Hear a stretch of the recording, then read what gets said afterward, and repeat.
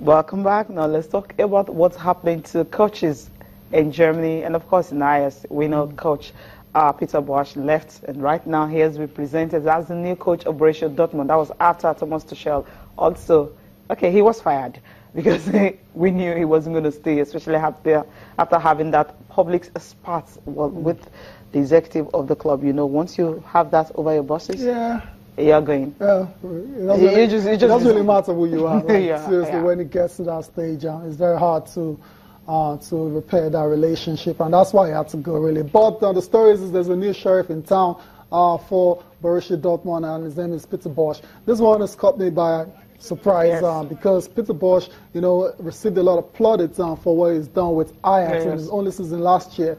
Very young side. Young side, finished second in the Eredivisie and got to that final in the Europa League against United. Okay, they lost to United, so it's understandable. But it looked like a side that was building, and they were up to something really good soon. So for him to have left and found his way to Germany, he went to Germany. Yeah, I think more money. It's a big move for him. Yeah, it's a big move. You know what it means for you to be coaching a club like Borussia Dortmund, exactly, regular in the Champions League. We know after Bayern, that's the second club, and they've got top quality players. Correct. Now he's got a big job to do. Big job. Aubameyang going to PSG, I don't know, and he's still, there's no confirmation yet. So I think one of the big jobs is for him to actually convince that guy to stay. And if he's not going to stay, then get a very extremely good replacement. Maybe he can convince Kelechi Iheanacho to come over. Again. You're not going to let this go, Cecilia. No, I don't like that West Ham thing he's doing at all. Yeah, in terms of convincing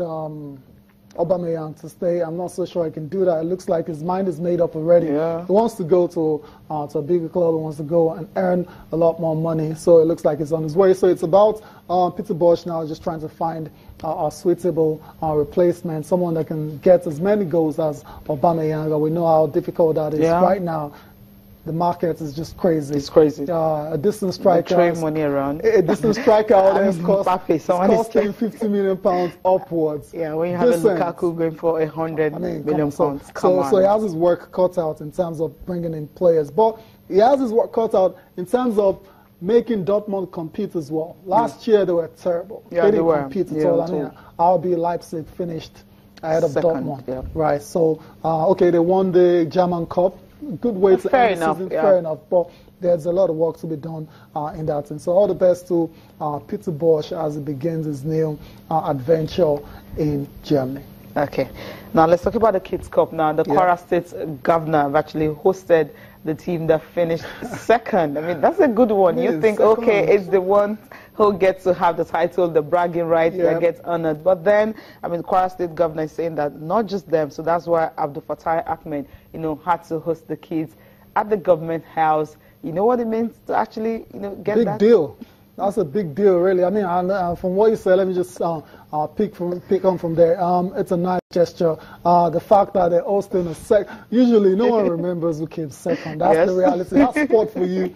It's all about who came first. Who's the gold medalist? And for the Kwara State government to have decided to actually host Burhanuddin Primary School, who finished second at the Channels International Kids Cup. I think it's a very nice move there. So, like I said, this boy is going to the State House. I mean, these are things they'll never have thought about in their lives. I think he's just feeling very comfortable, in that chair. I'm like, what's going on? I'm the man. An opportunity to sit there.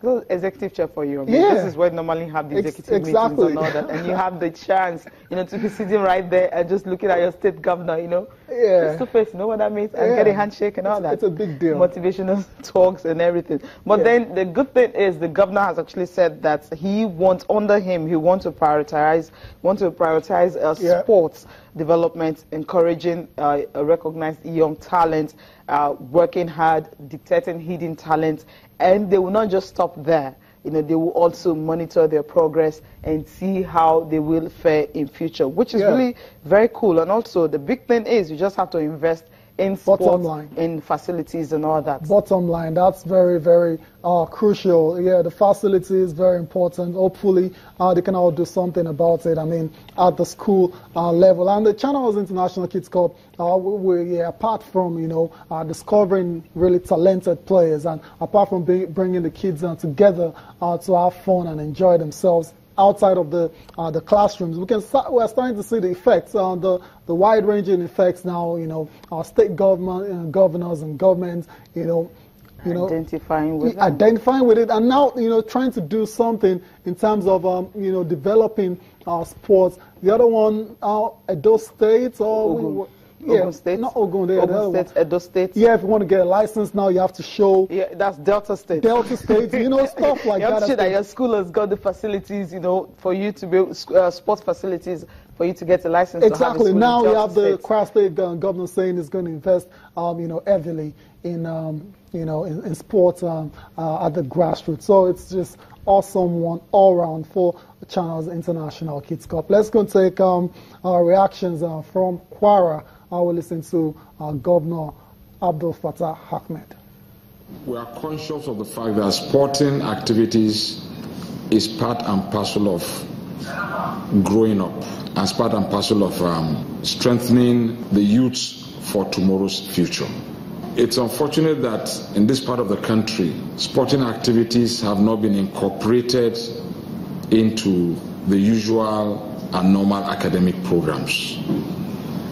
But be it as it may, we'll continue to take sporting as part and parcel of development and part and parcel of strengthening our youth to become future leaders. Those youths that have demonstrated different skills in all forms of sporting activities have always been the leaders of their countries. And I'm sure with what you have demonstrated, you are going to be the leaders of Nigeria in future. We want to ensure that you don't stop here. We just watched a match a few days ago between Juventus and Real Madrid. I hope to see some of you playing at those leagues very soon.